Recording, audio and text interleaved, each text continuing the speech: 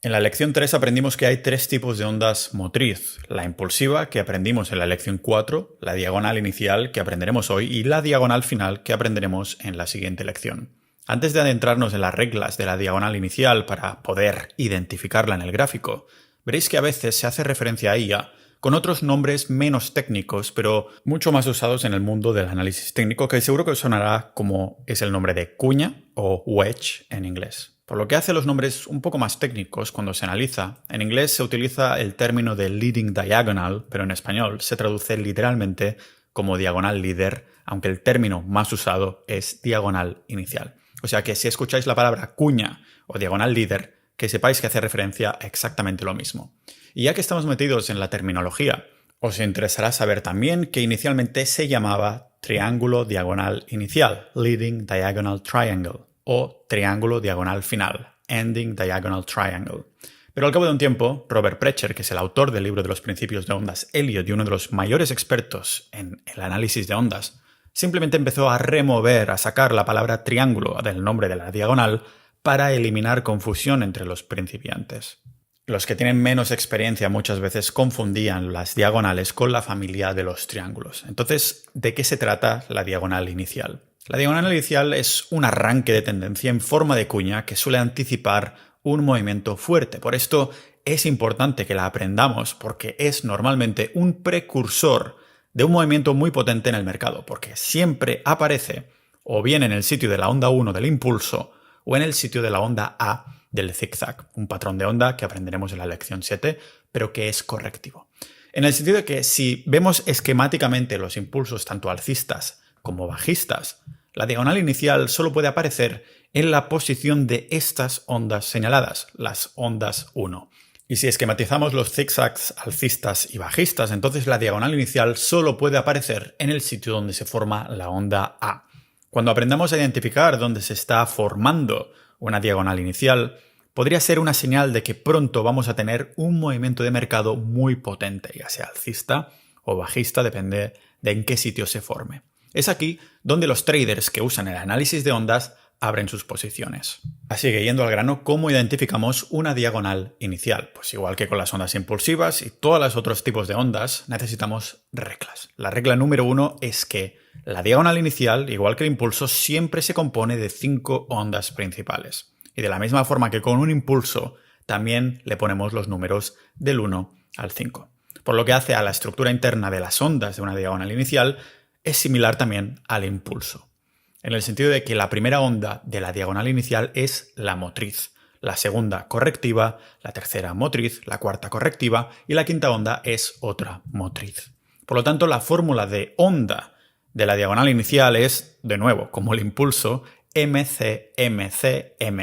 Por lo tanto, motriz, correctiva, motriz. La tercera regla de una diagonal inicial es que la onda 2 nunca puede ir más allá del inicio de la onda 1.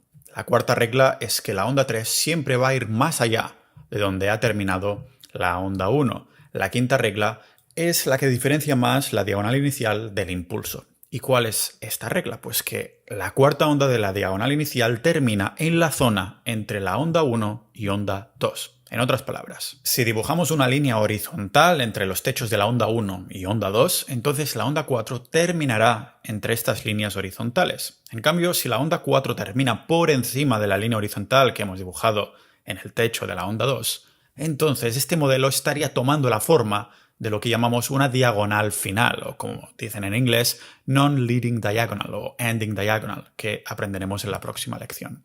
Sería solo un impulso. Y además, si durante su construcción la onda 4 sobrepasa por debajo de la línea horizontal dibujada en este techo de la onda 2, entonces la estructura de la onda quedaría rota y sabríamos que no estamos delante de una diagonal inicial.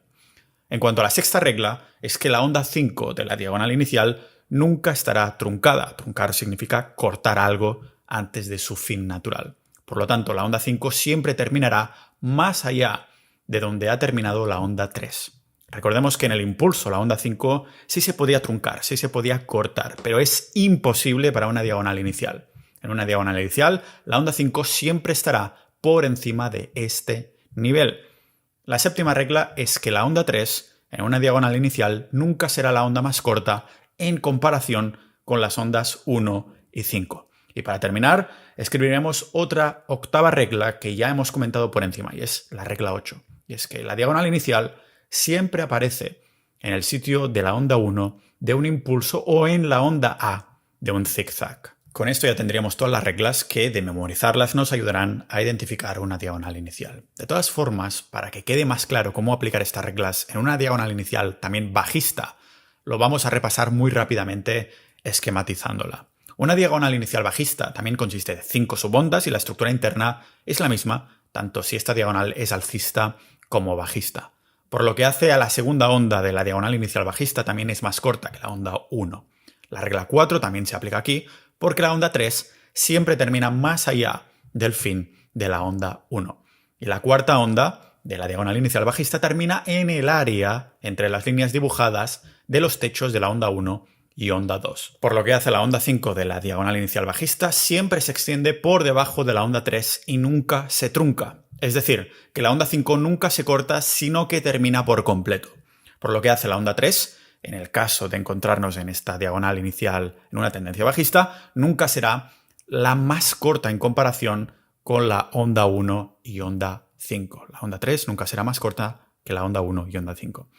¿Y qué hay de su posición? Pues la diagonal inicial siempre aparece o en el sitio de la onda 1 del impulso o bien en el sitio de la onda A del zigzag. Un punto importante es que los traders sacaron una forma de designar o hacer encajar la diagonal inicial que seguro que habréis visto en muchísimos gráficos sin saber que se trataba de una diagonal inicial. Se trata de dibujar un par de líneas a través de los vértices de la onda 1 y onda 3 y a través de los vértices 2 y 4. Muchos traders menos experimentados dibujan este patrón en su gráfico, pero es curioso que la mayoría lo hacen sin saber por qué se dibuja ese patrón o por qué encaja con lo que hará el precio.